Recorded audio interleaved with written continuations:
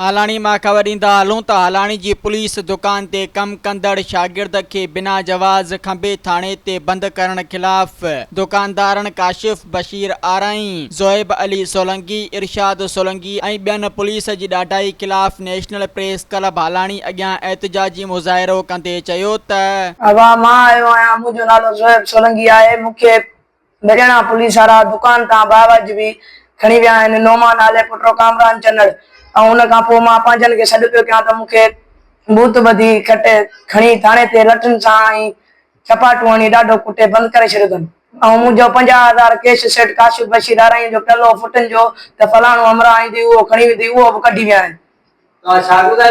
हा न उनखे पोइ ख़बर पई देर सां। मुंहिंजे शागिर्दा मुंहिंजी दुकान ते कमु कंदो आहे। हिन वटि मुंहिंजी केस बि पई। मुंहिंजी दुकान तां नुमान आले पुटो ऐं कामरान चंदड़ हिनखे खणी हाणे अगवा करे आहिनि। हिन वटि केस बि फसी अथनि, विया बि आहिनि। जाती की असांखे 2 कलाकनि खां पोइ ख़बर पई आहे दुकान मुंहिंजी ईअं खुलियल हुयूं, उते कागज़ बि पिया, कागज़ बि हेॾे होॾे लॻा पिया आहिनि, सामान बि हेॾे होॾे लॻो पियो आहे। मुंहिंजो घणो नुक़सानु करे आहिनि कामरान चंदड़ ऐं नुमान आले पुटो। नुमान आले पुटो ऐं कामरान चंदड़। उहो हिकिड़ो नंढो मुची चए थो मां आहियां, ॿियो वरी चए थो मां सिपाही आहियां। बग़ैर वर्दी खां मुंहिंजे छोकिरे खे अगवा करे आहिनि। छोकिरो थाणे ते असांखे हथायो आहे।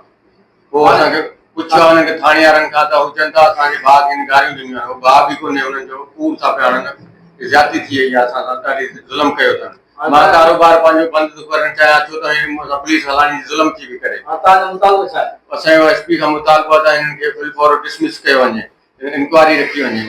सब्सक्राइब कयो अवामी न्यूज़ HD खे ऐं ताज़ा तरीन ख़बरुनि लाइ ॾिसंदा रहो अवामी न्यूज़ HD।